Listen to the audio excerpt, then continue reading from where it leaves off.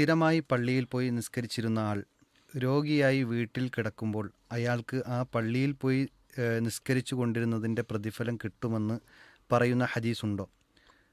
ഖൈബർ യുദ്ധത്തിന് പോകുന്നവരോട് നമ്മൾ ഈ താഴ്വര മുറിച്ച് കടക്കുമ്പോൾ വീട്ടിലിരിക്കുന്ന സാമഗ്രികളും വാഹനവുമില്ലാതെ യുദ്ധത്തിന് വരാൻ കഴിയാത്ത വീട്ടിലിരിക്കുന്ന സഹാബിമാർക്ക് കിട്ടുമെന്ന് ഹദീസിൽ പറയുന്നു. അത് തെളിവാണോ?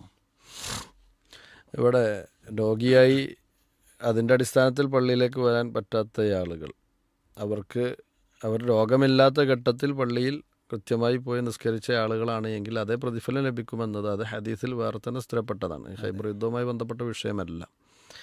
അബൂ മുസൽ അഷ്അരി റളിയല്ലാഹു അൻഹുവിൽ നിന്നും ഇമാം ബുഖാരി ധരിക്കുന്ന ഹദീസിൽ കാണാം, റസൂലുള്ളാഹി സ്വല്ലല്ലാഹു അലൈഹി വസല്ലമ പറഞ്ഞു, അതായത് ഹദീസിൽ ഇങ്ങനെ തന്നെ കാണാം, ഇദാ മരിലൽ അബ്ദു ഔ സാഫറ, ഒരു അടിമ അദ്ദേഹം രോഗിയാവുകയോ അതല്ലെങ്കിൽ യാത്രക്കാരനാവുകയോ ചെയ്യുകയാണെങ്കിൽ, ഇപ്പോൾ ഇസ്ലാം അനുവദിച്ച ഇസ്ലാം ഉദർ അഥവാ കാരണമായി കൊണ്ട് അംഗീകരിച്ച രണ്ട് കാര്യങ്ങളാണ്, ഒന്ന് രോഗം, അതുപോലെ തന്നെ യാത്ര എന്നുള്ളത്. അങ്ങനെയാണ് എങ്കിൽ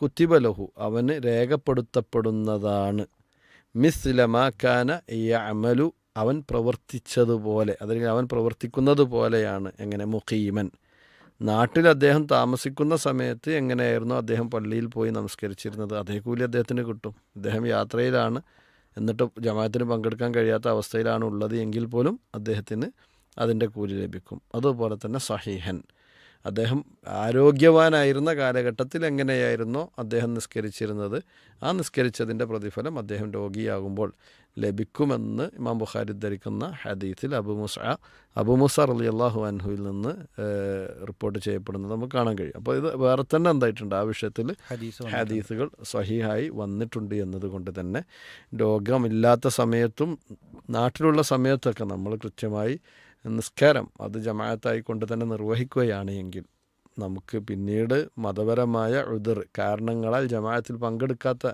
അവസ്ഥ ഉണ്ടായാൽ പോലും ആ അവസ്ഥകൾ അല്ലാഹു സുബ്ഹാനഹു വ തആല മുമ്പത്തെ അവസ്ഥ കൊണ്ട് പരിഹരിച്ചു തരും. അഥവാ അതിൻ്റെ പ്രതിഫലം മുമ്പത്തതിൻ്റെ അതേ പ്രതിഫലം ലഭിക്കുന്ന സാഹചര്യം ഉണ്ടാക്കി തരുമെന്നതാണ്. അതുകൊണ്ട് ഇത് വേറെ തന്നെ ഹദീസിൽ സ്ഥിരപ്പെട്ടു വന്നിട്ടുണ്ട് എന്നതാണ് സൂചിപ്പിക്കാനുള്ളത്. അല്ലാഹു അഅലം.